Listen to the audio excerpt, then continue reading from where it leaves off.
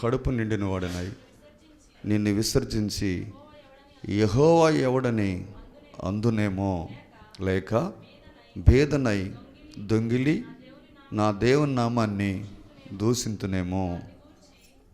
ప్రార్థన చేసుకుందాం. పునరుద్ధరణ దినము నుండి నేటి పునరుద్ధరణ దినంలోకి మమ్మల్ని ప్రవేశపెట్టినందుకే నీకు వందనములు, స్తోత్రాలు. దేవా, ఎన్న వాక్యాన్ని మేము క్రియల్లో చూపించగలిగే శక్తి మాకు దయచేయండి. మీ పాదముల దగ్గర మేము నేర్చుకుంటా ఉన్నాం. నీవే మాకు తోడుగుండి సహాయం చేయండి. దుష్టుడికి అధికారం లేకుండా చేయండి. నాయనా, పిల్లలను కూడా నీ స్వాధీనం తీసుకోమని, నాకు నీ బిడ్డలకి మీరే వాక్యం ద్వారా బలపరిచి సహాయము చేయమని యేసు నామాన్ని బట్టి స్తుతించి గణపరిచి అడిగి వేడుకుంటున్నాం తండ్రి, ఆమేన్. ప్రియులరా, సామెతల గ్రంథము 30వ అధ్యాయంలో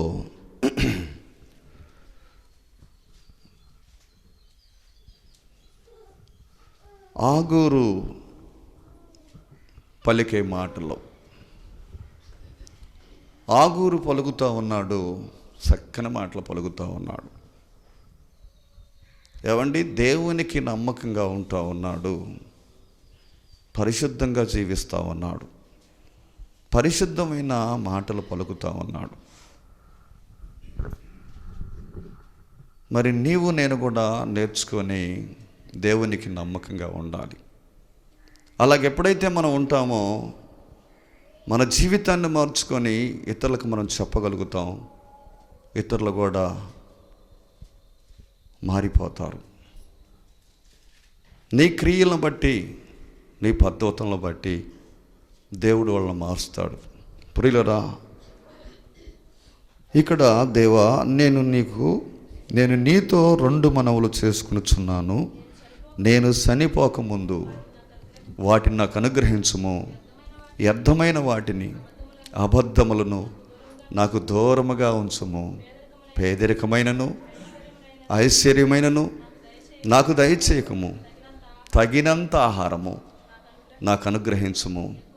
ఎక్కువైన ఎడల నేను కడుపు నిండిన వాడినై నిన్ను విసర్జించి యెహోవా ఎవడని అందునేమో, లేక భేదనై దొంగిలి నా దేవుని నామాన్ని దూషింతునేమో. ప్రియులరా, చూడండి, ఇక్కడ ఆగోరు పలుకుతున్న మాటలు ఏవండి, ఇక్కడ ఎంత శ్రేష్టంగా ఉన్నాయండి. ఐశ్వర్యం ఎక్కువైతే యెహోవా ఎవడని అందునేమో, లేక భేదనై అంటే భేదవాడిగా ఉంటే నేను దొంగిలి నీ నామాన్ని దూషణ పాలు చేస్తానేమో. ప్రియులరా, చూడండి, అటు ఎక్కువ కావద్దంటున్నాడు, ఇటు తక్కువ కావద్దంటున్నాడు. ఈనాడు ఐశ్వర్యం కలిగిన వాళ్ళు ఎంతోమంది ప్రియులరా, మరి దేవునికి నమ్మకంగా ఉంటున్నారంటారా? దేవుని దగ్గర నేర్చుకుంటున్నారా? పేదవాడిగా ఉండి దొంగిలించి నీ నామాన్ని దూషణ పాలు చేస్తానేమో అంటా ఉన్నాడు. ప్రియులరా, మనకి ఎక్కువ కావద్దు, మరి తక్కువ కావద్దని ఆయన మాట్లాడుతూ ఉన్నాడు. ఆయన మాటల్లో ఎంత శ్రేష్టం ఉందో తెలుసున. మనం ఎక్కువైనా తంటే మనకి, తక్కువైనా దొంగతనాలు చేస్తాం, అబద్ధాలు మాట్లాడతాం. మనం ప్రభు సన్నిధికి వచ్చినప్పుడు ప్రభు పాదాలు పట్టుకునేవారిగా ఉండాలి. ప్రభువుకు నమ్మకంగా జీవించేవారిగా ఉండాలి. మనం నేర్చుకునేటప్పుడు ప్రియులరా, పరిశుద్ధమైన జీవితాన్ని జీవించాలి. అలాగ మనం ఎప్పుడైతే జీవిస్తామో మన నోటికి కూడా ఈ మాటలు వస్తాయి. మన హృదయ అంతరంగంలో నుండి ఈ మాటలు కదులుతూ ఉంటాయి. ఆగోరు ప్రియులరా, చూడండి, దేవునికి నమ్మకంగా, అయ్యా నేను చనిపోక మునిపే 2 మనవలు అడుగుతున్నాను అంటున్నాడు. పేదరికమైనను ఐశ్వర్యమైనను నాకు అక్కర్లేదు. ఎవరు అడుగుతున్నారు? ఎక్కువైతే యెహోవా ఎవడని విసర్జిస్తానేమో, భేదనై దొంగిలి నీ నామాన్ని దూషణ పాలు చేస్తానేమని చెబుతా ఉన్నాడండి. ప్రియులరా, ఎంతమంది ఈనాడు దేవుని సన్నిధికి వస్తూ ఉన్నాం, కానీ పేదవాడిగా ఉన్నట్టయితే దొంగిలించకూడదు. పేదవాడిగా ఉన్నట్టయితే అబద్ధాలాడి సంపాదించుకోవద్దు. ఐశ్వర్యం ఎక్కువైతే ప్రభు దగ్గరికి రాకుండా ఉండొద్దండి. నాకు తగినంత ఆహారాన్ని ఇవ్వండి అంటున్నాడు, ఎక్కువ వద్దంటున్నాడు. దేవునికి నమ్మకంగా దేవుని సంతోషపెడతా ఉన్నాడు. దేవునికి సంతోషం ఎప్పుడు వస్తుంది చెప్పండి? ఆయన ఎప్పుడైతే నీవు ఆయన మాటలు వింటావో, ఆయన ప్రకారంగా జీవిస్తావో, అప్పుడే నీకు సంతోషం అవుతుందండి. నీ కుటుంబంలో ఆనందం కలుగుతూ ఉంటుంది. నీ కుటుంబంలో ఆనందం ఉన్నదంటారా? దేవునికి నమ్మకంగా జీవిస్తున్నారా? మనం జీవించి దేవుని సంతోషపెట్టేవారిగా ఉండాలి. దేవుడు నన్ను బట్టి ఏడుస్తున్నాడా? ఏడ్చేవారిగా లేడండి. మనం ఏడిపిస్తూ ఉన్నాం, ఆయన ఏడుస్తూ ఉన్నాడు. ప్రియులరా, అంటాడు కదా హబక్కూకు గ్రంథము 772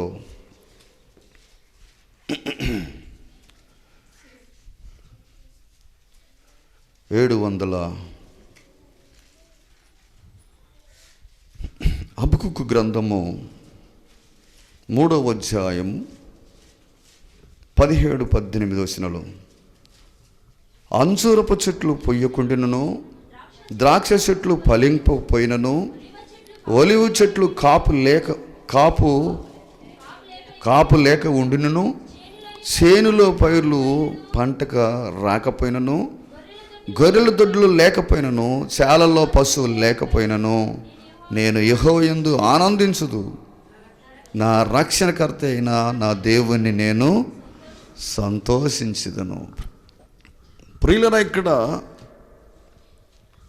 హబక్కూకు పలికే మాటలు ఏంటంటే, శాలల్లో పైరు లేకపోయినా,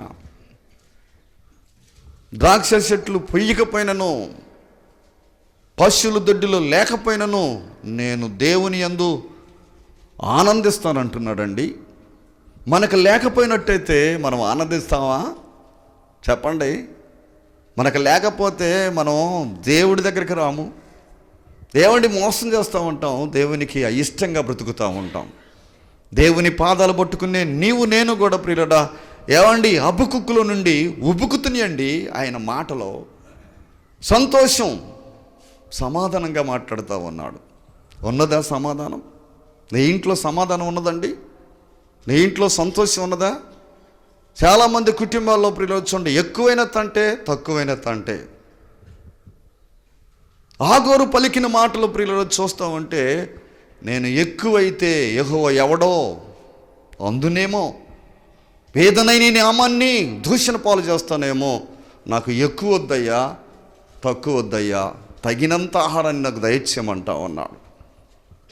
మనం తగినంత ఆహారాన్ని మనం కోరుకోవాలి, కానీ ప్రియులరా ఎక్కువ సంపాదించుకొని ఇష్టానుసారంగా అబద్ధాలు మాట్లాడుకుంటా, మోసాలు చేసుకుంటా దేవుని దగ్గరకు వచ్చినట్లయితే ప్రియులరా, నీ ఇంట్లో ఆనందం ఉండదు, నీ ఇంట్లో సంతోషం ఉండదండి. హబక్కూకు ప్రియులరా చూడండి, అంజూరపు చెట్లు పొయ్యకుండినను, ద్రాక్ష చెట్లు ఫలింపకపోయినను, ఒలివ చెట్లు కాపు లేకుండాను, చేలలో పైరు పంటకు రాకపోయినను, గొర్రెల దొడ్లు లేకపోయినను, శాలలో పశువులు లేకపోయినను, యెహోవాయందు ఆనందించుదును, నా రక్షణకర్త అయిన దేవుని నామాన్ని సంతోషిస్తానంటున్నాడు. ఉన్నదా సంతోషం? ఈనాడు ఎంతమంది ప్రియులొచ్చుండి దొడ్లో లేకపోతే, గొర్రెల దొడ్లో లేకపోతే, నీ పశువులు ప్రియులరా పాలు ఇవ్వకపోయినట్టయితే ఏం చేస్తావు? ప్రభువుకు నమ్మకంగా మనం జీవించినట్టయితే ప్రియులరా, ఈ లోకంలో ఏది లేకపోయినా దేవుడుంటే చాలు. దేవుడు నీ ఇంట్లో ఉంటే తినకపోయినా కూడా నీ ఇంట్లో నిండా ఆనందం అండి. నీ గుండెల నిండా ఆయన ఉన్నట్టయితే ప్రియులరా సంతోషం అండి. సంతోషం ఎక్కడి నుంచి వచ్చుద్ది? ప్రభు నీ గుండెల్లో ఉన్నప్పుడు, నీ హృదయంలో ఉన్నప్పుడు ప్రియులరా దేవుడు సంతోష పెడతావు, ఆనందంగా ఉంటావు. పక్క వాళ్ళకి లేకపోయినా చూస్తూ ఉంటావు. సాటి సహోదరుని ప్రేమిస్తావు, సాటి సహోదరుని పలకరిస్తావు, ప్రేమతో మాట్లాడతావు. నీలో దేవుడు లేకపోయినట్టయితే నీ కుటుంబంలో సంతోషం ఉండదు, మందిరానికి వచ్చిన సంతోషం ఉండదు, ఏదైనా లేకపోయినా సంతోషం ఉండదండి. ఉన్నదా సంతోషం? హబక్కూకు అంటున్నాడు, నాకు ఏది లేకపోయినా నేను యెహోవా యందు ఆనందంతో ఉంటాను నేను అంటున్నాడు. ఉన్నదా ఆనందం? అప్పులని, ఈ పూటకు తిండికి లేవని, లేకపోతే నా ఉద్యోగం పోయిందని, ఎంతమంది ప్రియులు చూడండి దేవుని సంతోషపెట్టేవాళ్ళు. ఏది లేకపోయినా సంతోషం ఉందా నీ ఇంట్లో? ఏది లేకపోయినా నేను దేవుని యందు ఆనందించుతాను అంటున్నాడు హబక్కూకు ప్రియులరా. దేవుని పాదాల దగ్గర కూర్చుంటున్నాడు, దేవునికి మొరపెట్టుకుంటున్నాడండి. ప్రభు సన్నిధిలో నీవు నేను తగ్గించుకుందాం సహోదరి సహోదరుడా. ఎంతకాలం దేవునికి ఆనందం లేకుండా, నిన్ను కన్నందుకే ఆయన ఏడుస్తాడేమో, నిన్ను పుట్టించినందుకు ఆయన బాధపడతా ఉన్నాడేమో. నేను ఇలాంటి వ్యక్తినా నేను కన్నాను. నిన్ను గురించి ఆనందం ఉందా ఆయనకి? ప్రార్థనకు వస్తాడు, ప్రార్థన చేసుకుంటాడు, ప్రభు దగ్గరికి వస్తుంది, ప్రభుకు నమ్మకంగా ఉంటుంది. ఉందా ఆనందం? దేవునికి ఎంత మాత్రం నీకు లేకపోయినా బాధే, నీకు ఉన్నా బాధే. ఉంటేనే ఎక్కువైనట్టుగా నువ్వు ప్రభు దగ్గరికి రావు, లేకపోతే చెప్పాలి అబద్ధాలు ఆడతావు. నీ తిండి కోసం, నీ పొట్ట కోసం ప్రియులరా ఎన్ని అబద్ధాలు ఆడతావు. అందుకనే ప్రియులరా ఆగోరు మాట్లాడే మాటలు ఎంత శ్రేష్టమని అండి, దేవుణ్ణి సంతోషపెట్టినాయండి ఆ మాటలో. దేవునికి సంతోషం ఉందంటారా మీ పట్ల? దేవునికి నమ్మకంగా ఉంటున్నారా? ఎబ్రీయులకు రాసిన పత్రిక ఇక్కడ మోషేను గురించి నా ఇల్లంతట్లో నమ్మకమైన వాడు. ప్రియులరా మోషేను గురించి దేవుడు తన పట్ల ఎన్నో కార్యాలు చేస్తూ వచ్చాడు, ఎన్నో కార్యాలు అద్భుతాలు చేసుకుంటూ వచ్చాడండి. ఎక్కడో గొర్రెలు కాసుకుంటున్న మోషేని అరణ్యంలో 40 సంవత్సరాలు ప్రియులరా తన కాలాన్ని ఎద్దపరిచాడు. అయినప్పటికీ దేవునికి నమ్మకంగా ఉన్నాడండి. ఆయన అంతఃపురంలో పెరిగాడు, సకల విద్యలు నేర్చుకొని దేవునికి నమ్మకంగా ఉన్నాడు.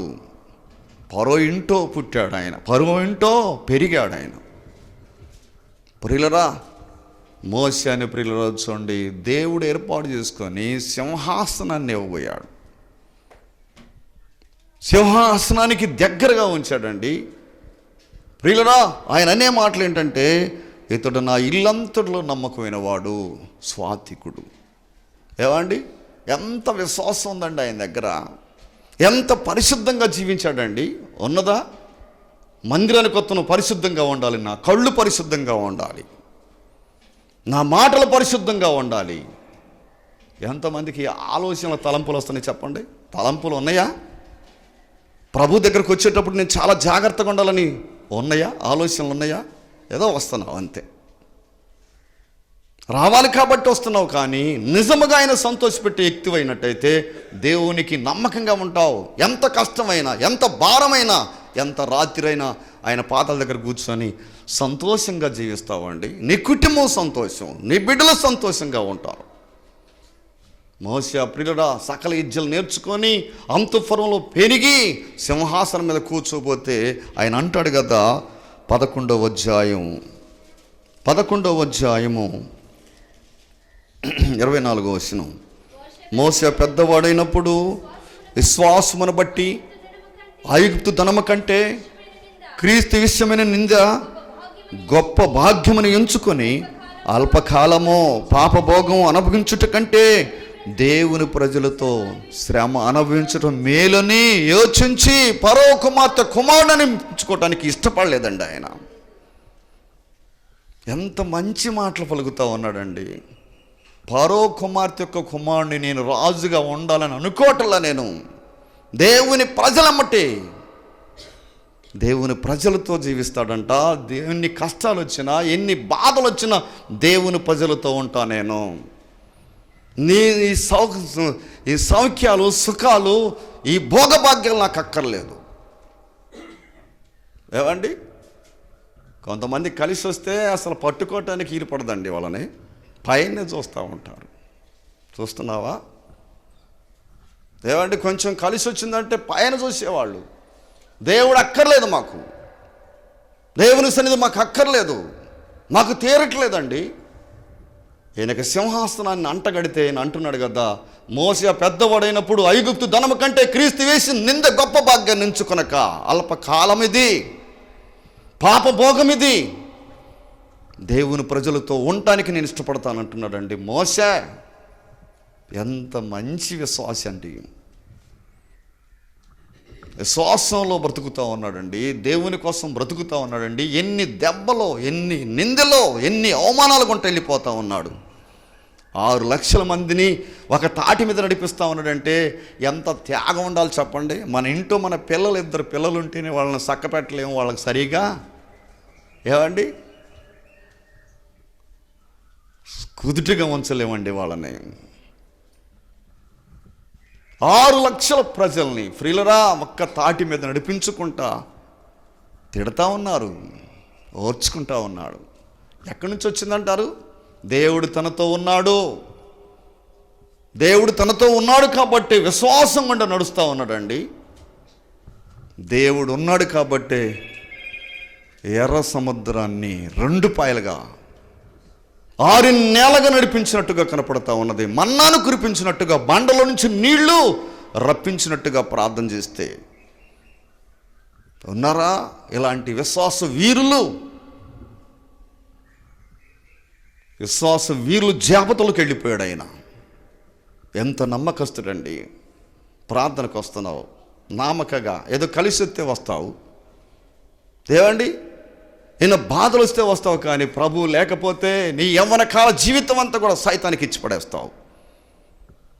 ఆయన చిన్నప్పటి నుంచే దేవునికి నమ్మకంగా పరిశుద్ధమైన జీవితాన్ని, పరిశుద్ధమైన బ్రతుకుని, ప్రియులరా ఈనాడు ఎంతమంది దేవునికి నమ్మకంగా ఉండాలి, విశ్వాసంతో నేను పోరాడాలి, నా ప్రయాణం అంతా కూడా దేవునితో ప్రయాణమే, విశ్వాసంతో ఆయన ఇచ్చిన యోగం పైన నాకు ఆనందం అంటున్నాడు హబక్కూకు. మోషే పెద్దవాడైనప్పుడు ఐగుప్తు ధనము కంటే క్రీస్తు విషయమైన నిందలు వస్తాయండి. ప్రభువు నమ్ముకున్న తర్వాత నిందలు వస్తాయి, అవమానాలు వస్తాయి, బాధలు వస్తాయి, కష్టాలు వస్తాయి. వీటన్నిటి కొంటే వెళ్ళిపోయినట్టయితే నిన్ను జీవగ్రంథంలో రాస్తాడు నీ పేరు. ఎక్కడ పేర్లు కావాలనుకుంటున్నారండి మనుషులు? ఎక్కడ నాకు ఏమండి ఎక్కడ కావాలి నాకు ఏదైనా? మనుషులు ఈనాడు ప్రియులు వచ్చండి, ఇక్కడ పేరు ప్రఖ్యాతులు కావాలి, ఏమండి ధనం ఉండాలి నాకు. ఎంతోమంది ప్రియులు వచ్చండి ధనాన్ని కోరుకుంటున్నారు, కానీ వీళ్ళు ధనాన్ని కోరుకోలేదండి, ధనాన్ని పక్కన పెట్టి పడేస్తూ ఉన్నారు. ఉన్నారా? డబ్బులు లేకపోతే ప్రార్థనకు వస్తావా? ప్రియులరా దేవుని సన్నిధిలో నమ్మకంగా జీవించిన వ్యక్తులుగా కనపడుతున్నారండి. హబక్కూకు, ఆగోరు, మోషే, ప్రియులరా వీళ్ళు దేవుని ఏవండి అడుగుజాడల్లో నడుస్తూ దేవుణ్ణి సంతోష పెడతా ఉన్నారు. పెడుతున్నావా? దేవుని సంతోష పెడుతున్నావా? దేవునికి నమ్మకంగా ఉంటున్నావా? ఇష్టానుసారంగా బ్రతుకుతా ఉన్నావా? డబ్బు లేకపోతే నేను బ్రతకలేను, పేదవాడిగా ఉంటే దొంగిలించి నీ నామాన్ని దోషణ పాలు చేస్తానేమో. ఎంతమంది ప్రియులు చూడండి డబ్బు కావాలని, డబ్బులోనే నడవాలని, దేవుని చిత్తాన్ని చేయకుండా, దేవునికి నమ్మకంగా ఉండకుండా ప్రభు పాదాల దగ్గర బ్రతుకుతూ ఉన్నారండి వాళ్ళు. అపోస్తుల కార్యము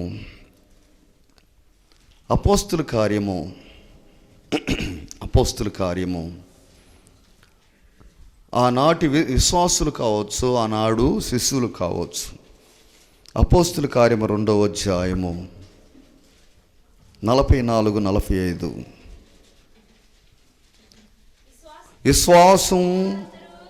విశ్వాసించిన వారందరూ ఏకముగా కూడి తనకు కలిగినదంతయో సంతృష్టిగా ఉంచుకొనిరి. ఇదియేగాక వారు తమ స్థిరాస్తులను అమ్మి అందరికీ వారి వారి అక్కరదల కొలిగి పంచిపెట్టిరి. ప్రియులను చూడండి, ఇక్కడ విశ్వాసము కొలది. ఆనాడు శిష్యులు ప్రియులరా, విశ్వాసులు శిష్యులు అందరూ కూడా వారు ఆస్తులు అమ్మి అందరికి కూడా పంచిపెట్టారంట. ఉన్నారా ఈనాడు?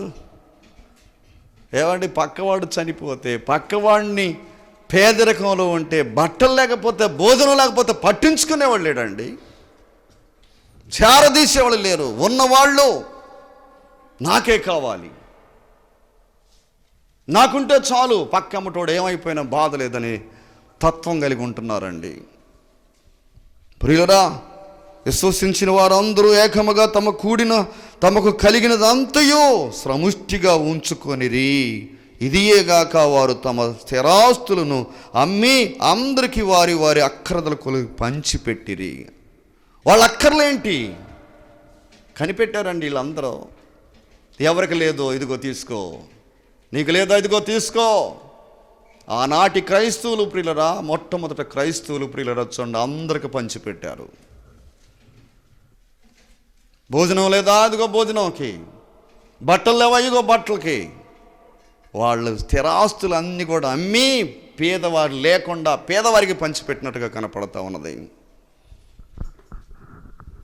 పేదవారిని చూస్తావా?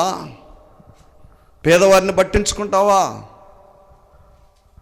ప్రియులరా, దేవుని పాదలు పట్టుకొని వాళ్ళు ఎంతగా ఏవండి ఆయన అడుగుజాడలో నడుస్తున్నారండి. ప్రభువు అడుగుజాడలో నడుస్తూ ఉన్నారు, ప్రభువుకు నమ్మకంగా జీవిస్తూ ఉన్నారు.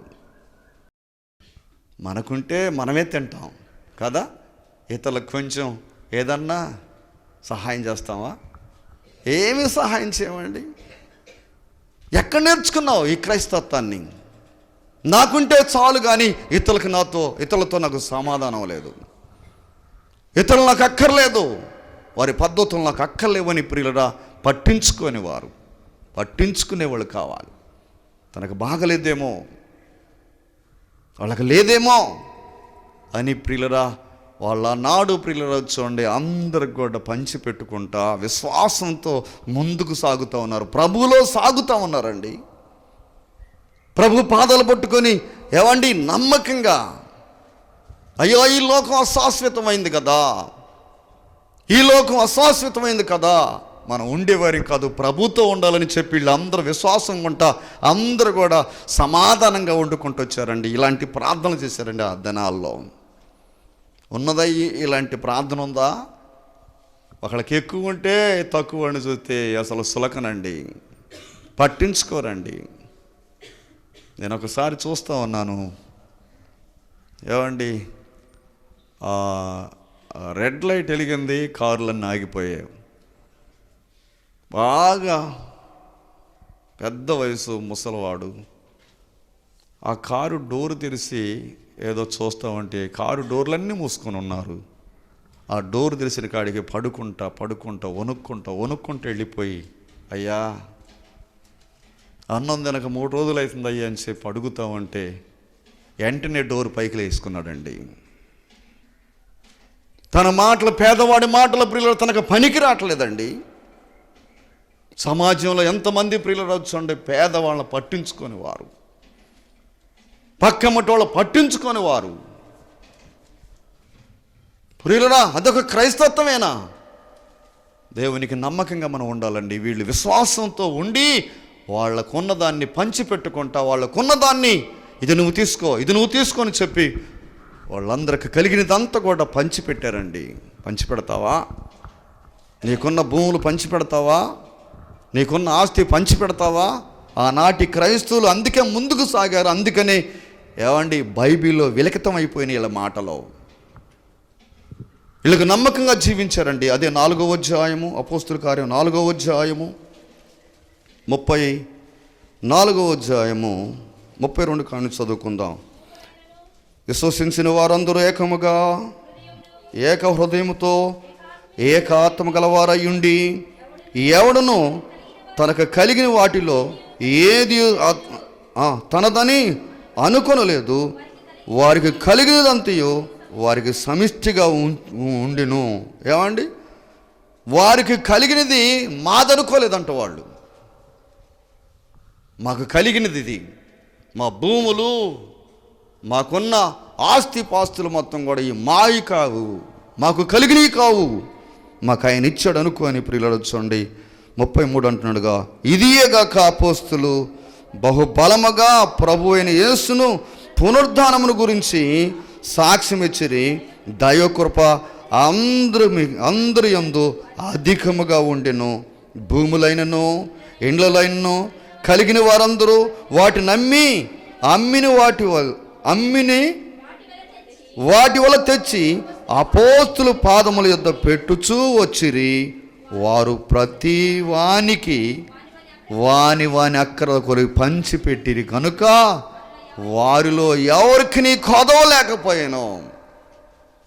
భూములు ఉన్నవాళ్ళు, ఇళ్ళు ఉన్నవాళ్ళు అందరూ కూడా అంట ప్రియులు వచ్చి అమ్మి ఎవరి దగ్గర తీసుకొచ్చారండి చెప్పండి?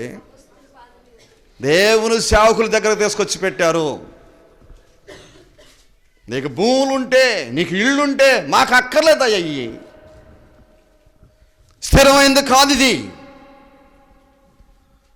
పరలోక రాజ్యం స్థిరమైనది, అక్కడికి వెళ్ళటానికి మేము సిద్ధంగా ఉన్నాం కాబట్టి మాకు అక్కర్లేదు భూములు, మాకు ఇళ్ళు అక్కర్లేదు, ఆస్తి అక్కర్లేదు అని చెప్పి అమ్మి తీసుకొచ్చంట అపోస్తుల పాదాల దగ్గర, అంటే ఈ శిష్యుల దగ్గర తీసుకొచ్చి పెట్టారు. అందరికి పంచండి, ఎవరికి కొదవ లేకుండా ఉండాలి, అందరూ సంతోషంగా ఉండాలి, అందరూ ప్రార్థన చేసేవారిగా ఉండాలని వాళ్ళందరూ ప్రియులు వచ్చండి. ఎంత సంతోషంతో భూములు ఉన్నవారు విశ్వాసులు అందరూ కూడా తీసుకొచ్చి దేవుని సేవకులు పాదాల దగ్గర పెడితే వాళ్ళు ప్రకటించారండి, అందరికీ ఇచ్చుకుంటా ప్రకటించారండి సువార్తని. ఇది సువార్త. ఈనాడు ఎంతమంది ప్రియులు వచ్చండి, నీకు ఉన్నదాన్ని నువ్వు దోసుకొని నీ కడుపే నీకు ఒక దేవుడైపోయాడండి. నీ ఆస్తియే నీకు కొంచెం అన్నీ ఇవ్వవే, సేవ చేయడానికి కొంచెం అన్నీ ఇవ్వవే. ఎంత తిప్పలు పడుతున్నాడో, ఎంత కష్టపడుతున్నారో దేవుని బిడ్డలు ఈ సేవ చేయాలంటే. వాళ్ళు తింటున్నారా, తింటలేదా? ఎంతమంది పేద సేవకులు ఉన్నారండి.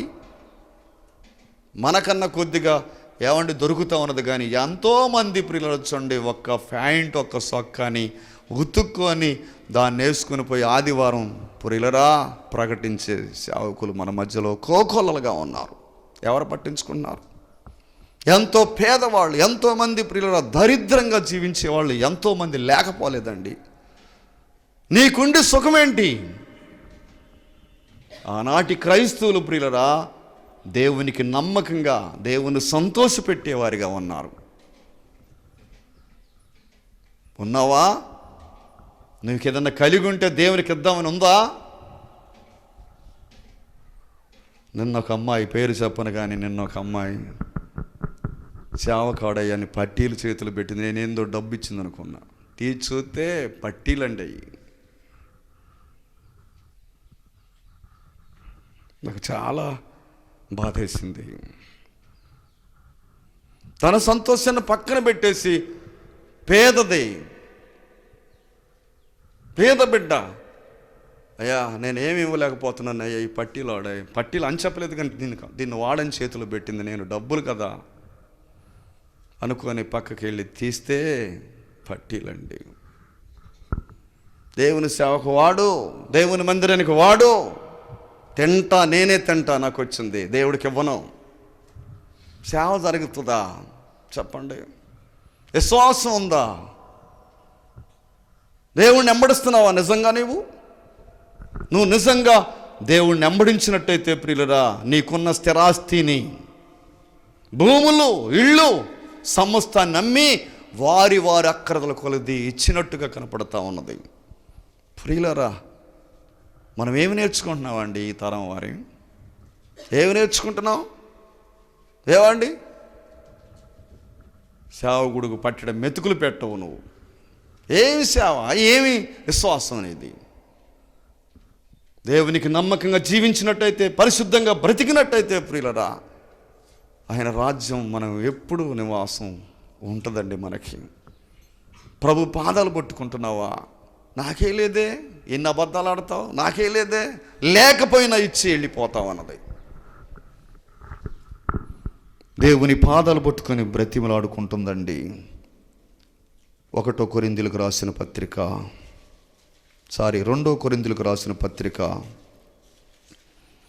12వ అధ్యాయము 15వ వచనం. ఇక్కడ అపోస్తలుడైన పౌలు మాట్లాడుతూ ఉన్నాడండి కొన్ని మాటలు.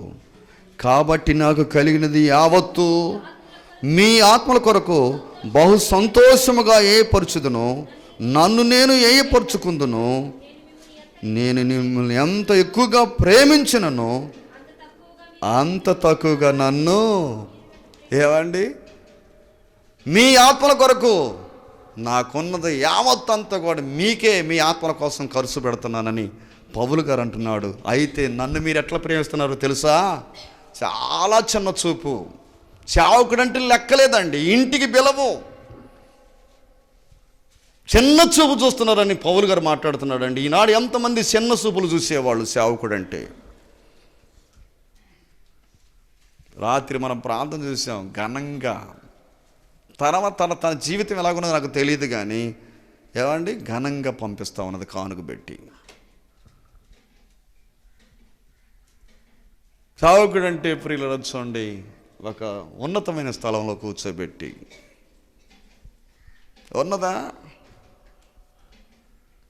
ఉన్నదండి. ఈనాడు ఎంతమంది ప్రియులు ప్రార్థనకి వెళ్తున్నావు, వాక్యం వింటున్నావు, వాక్య ప్రకారంగా జీవిస్తున్నావా? ఉన్నతమైన స్థితిలో ఉంచాలండి సేవకుడు అంటే. మాటలు కాదు. సేవకుడు అంటే ఎవరు అనుకున్నావు? తీసేస్తున్నావా? త్రోసి వేసుకుంటున్నావా? దేవుని సేవకుని చేర్చుకుంటే నన్ను చేర్చుకున్నట్టే అంటున్నాడు దేవుడు. దేవుని సేవకుని ఎవరైతే చేర్చుకుంటారో నన్ను చేర్చుకుంటున్నాడని చెబుతా ఉన్నాడు దేవుడు. చేర్చుకుంటావా?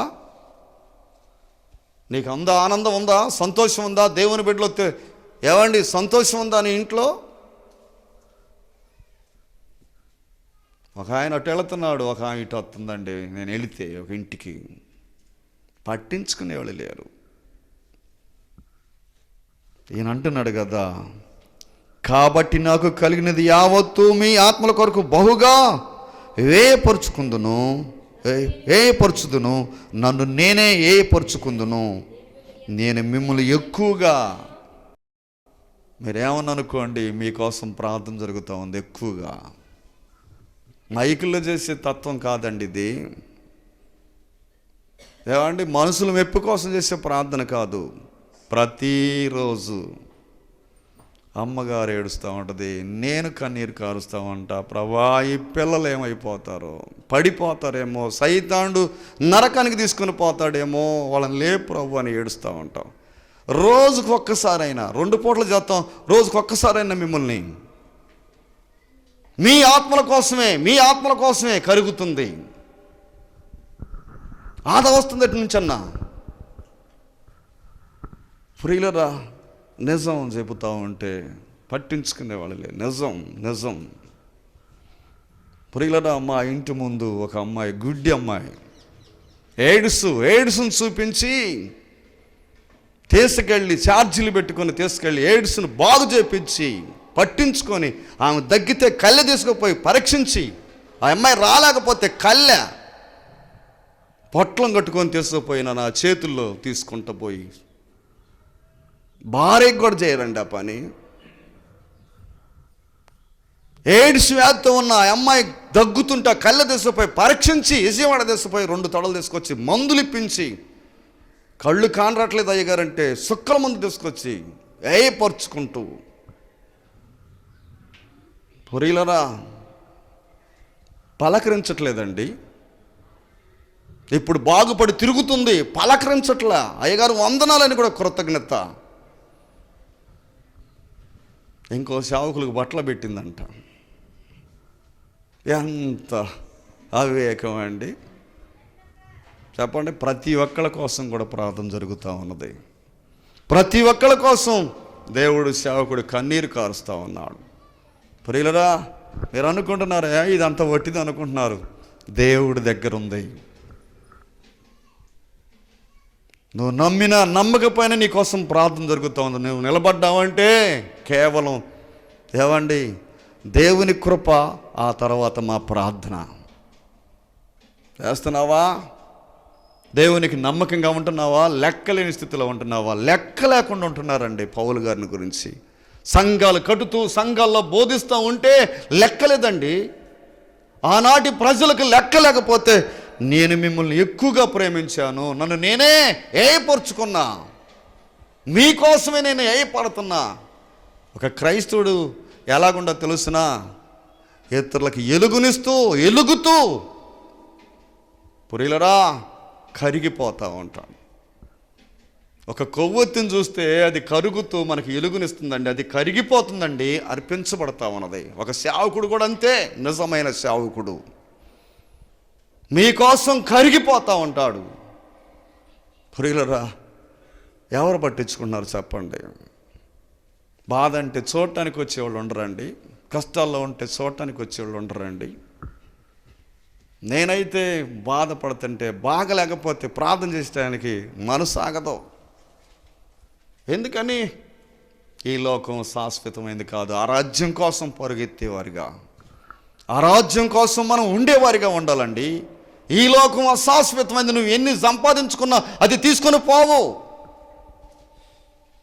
ఆ రాజ్యాన్ని సంపాదించుకోవడానికి వ్యయపరుస్తున్నావా నీ ధనాన్ని,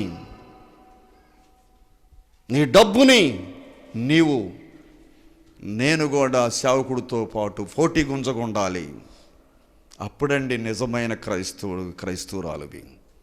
నిజమైన క్రైస్తవురాలు ఎప్పుడు ఉంటావంటే, నేను కూడా సేవకుడితో పాటు ఉండాలి, సేవకుడిని పట్టించుకోవాలి, పోటీ గుంజగా నిలబడాలి. ఆయన పడిపోతా ఉన్నాడు. ఎవరండి ఎవరింటో దీని వాళ్ళే పండుకొని మాకు అక్కర్లేదండి, మాకెందుకండి, ఆయన శుద్ధి మాకెందుకు, ఈ సంఘం శుద్ధి మాకెందుకు? పురిలరా, ఎంతమంది పురిలరా. నేను ముగించబోతా ఉన్నాను. లోకాసు వార్త 18వ అధ్యాయము. వీళ్ళు డబ్బుని ఏర్పరిచారండి, వాళ్ళ శరీరాలు కూడా ఏర్పరచుకున్నారండి. వాళ్ళు కరిగిపోయారండి. క్రైస్తవులు మామూలుగా ఉన్నారా? క్రైస్తవులు ఒక సేవకుడు కరిగిపోయినాడండి. అపోస్తులైన పౌలు గారు,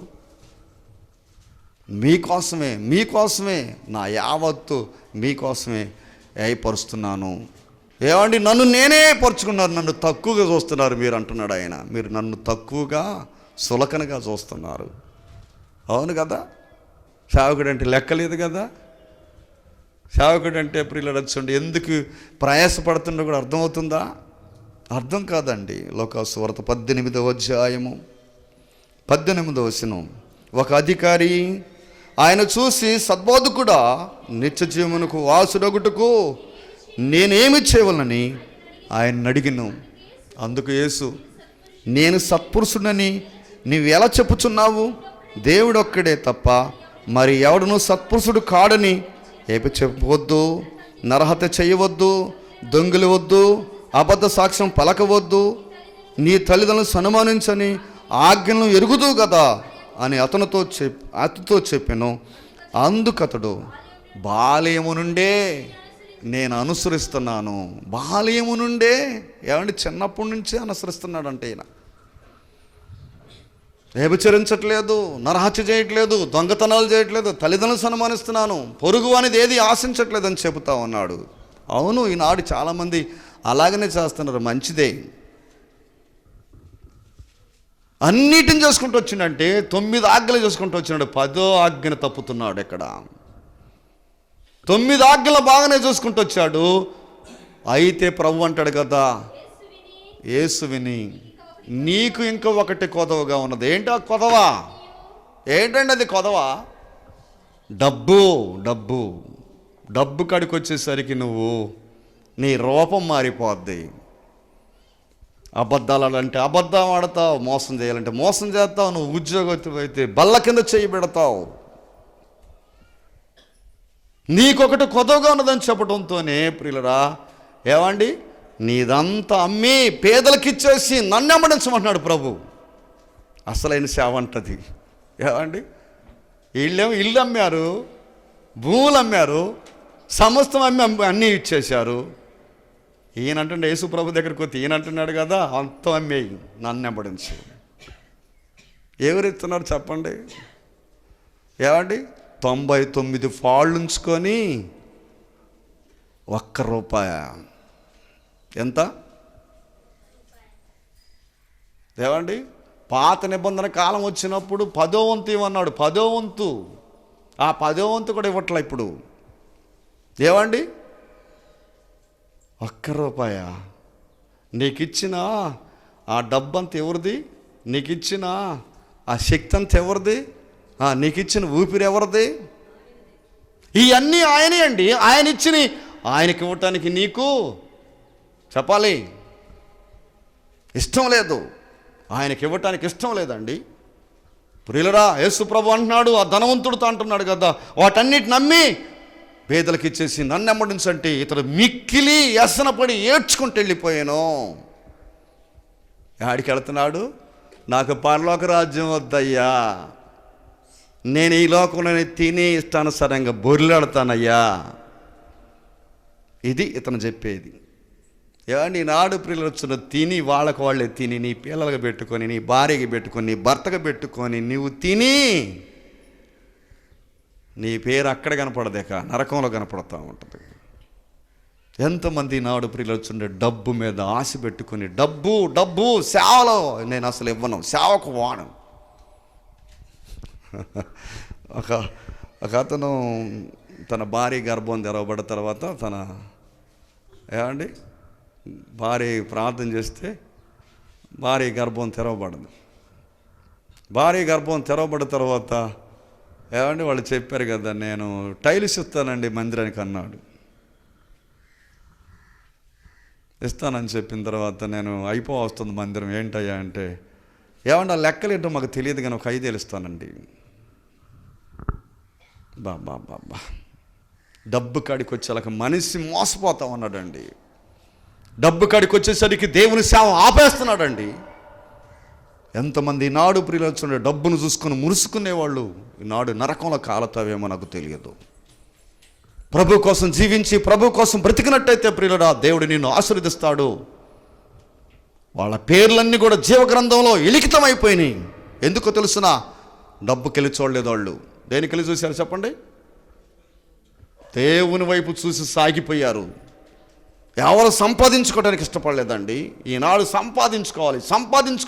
ఆమె కంటే నేను బెటర్గా ఉండాలి, ఆయన కంటే నేను బాగా ఉండాలి, ఆ ఇంటి కంటే నా ఇల్లు గొప్పగా ఉండాలని ఇదే తత్వంతో ఉన్నావు. కానీ నిజముగా సేవలో ఏదైనా సహకారిగా ఉంటున్నావా? దేవునికి నమ్మకంగా ఉంటున్నావా? ప్రియులరా, దేవుని సన్నిధిలో మనం ఎంతో తగ్గించుకోవాలి. ఆగోరు ప్రియులరా నమ్మకంగా, అయ్యా తగినంత నాకు ఇవ్వయ్యా, అక్కర్లేదు ఎక్కువ. పేదవాడిగా వద్దయ్యా, పేదగావాడిగా ఉంటే నేను దొంగిలించి నీ నామాన్ని దూషణ పాలు చేస్తానయ్యా, ఎక్కువైతే నా నెత్తి మీద కళ్ళు వస్తాయి అనుకుంటున్నాడు. ఎక్కువ కూడా వద్దంటున్నాడు అండి. ఈనాడు ఎంతమంది ఏమండి డబ్బు అబద్ధాలు ఆడతా, మోసం చేస్తా, నరహత్య చేస్తా. ఎంతమంది డబ్బు కోసం ఎన్ని పాటలు పడుతున్నారు. శరీరాలు అమ్ముకునేవాళ్ళు, కుతికలు కోసేవాళ్ళు, కాలు దిత్తి ఎంత, చెయ్యి దిత్తి ఎంత అని ఎంతమంది బేరాలాడి ప్రియులరా చూడండి. ఎంతమంది ప్రియులరా పాడైపోతున్నారు డబ్బు కోసం అండి. దేవుడి దగ్గరికి రాకుండా, దేవుని పట్టించుకోకుండా, ఆయన నీకు ఊపిరినిచ్చి, ఆయన గాలినిచ్చి, నీరునిచ్చి, నింగినిచ్చి, సమస్తం ఇస్తే ఆయన దగ్గరికి రాకుండా ఉంటావా సహోదరుడా?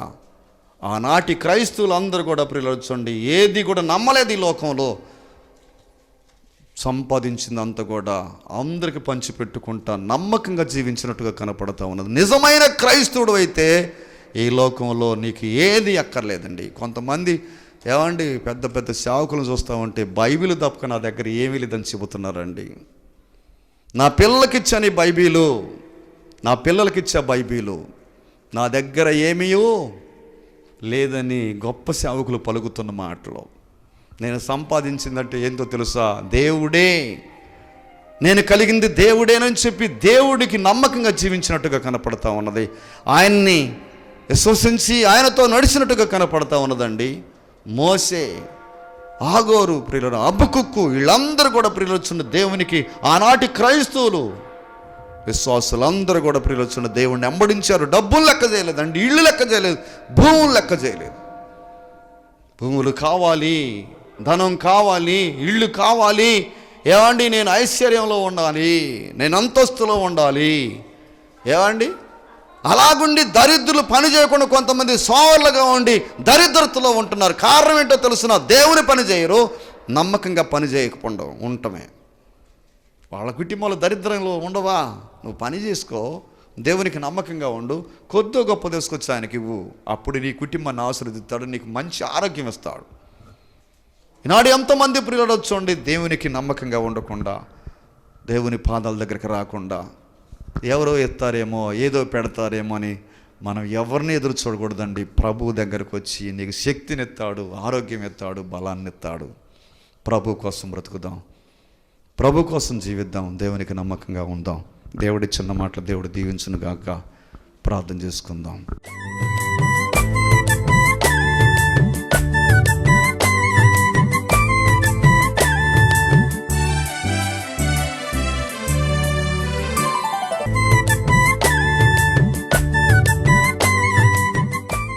పరిశుద్ధుడైన ప్రభువా, మమ్మల్ని మిక్కిలిగా ప్రేమించిన మా కన్న తండ్రి వందనాలు. ఆగోరు నాయన పేదవాడిగా ఉండొద్దని అనుకున్నాడు, ఐశ్వర్యం కావాలని అనుకోలేదు నాయన. తండ్రి, ఎక్కువైతే యెహోవా ఎవడనంటానేమో, పేదవాడిని దొంగిలించి నీ నామాన్ని దోషణ పాలు చేస్తామని ఎంతగా తగ్గించుకొని ప్రభువా మొరపెట్టుకున్నాడయ్యా. తగినంత ఆహారాన్ని నాకు ఆహారాన్నే కోరుకున్నాడు ప్రభువా. నాయనా, మా జీవితాలు ఎలాగున్నాయి ప్రభువా? మోషే అంతఃపురంలో పెరిగాడు, రాజు కావలసిన వాడు, దేవుని బిడ్డలతో ఉంటున్నాడయ్యా. విశ్వాసంతో నాయనా ముందుకు సాగాడయ్యా.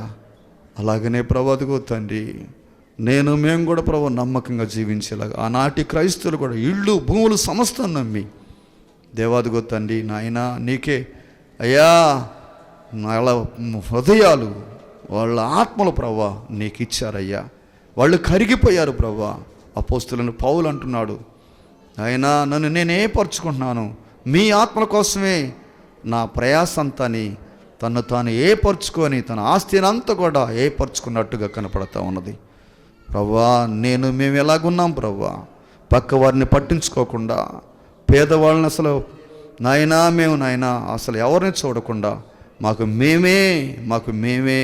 మేమే గొప్పవారిగా ఉండాలని కోరుకున్నారు ప్రభువా. అట్టి వారిగా మమ్మల్ని ఉండనియొద్దయ్యా. ఈ ధనవంతుడైతే అన్నీ చేశాడు, 9 ఆజ్ఞలు పాటించాడు, కానీ 10వ ఆజ్ఞకి వచ్చేసరికి డబ్బే దేవా విసర్జించబడ్డాడు ప్రభువా. ఈ డబ్బు దగ్గర మేము అబద్ధాలు ఆడుతూ మోసం చేస్తూ, ఈ డబ్బు దగ్గర దేవుడికి ఇవ్వకుండా, దేవుని నామాన్ని అయ్యా హెచ్చించకుండా ప్రభువా నాయన తగ్గించేవారిగా మమ్మల్ని ఉండనియొద్దయ్యా. నీ నామం హెచ్చించబడాలి, నీవే హెచ్చించబడాలి. నువ్వు గొప్ప దేవుడు అని మేము విశ్వసిస్తున్నాం ప్రభువా. నీ పాదాలు పెట్టుకుని బ్రతిమలాడుకుంటున్నాం. ఈ వాక్యానికి ముద్ర వేసి నాలో మాలో ఫలించేటట్టుగా చేయమని యేసయ్య నామాన్ని బట్టి అడిగి వేడుకుంటున్నాం తండ్రి. ఆమేన్.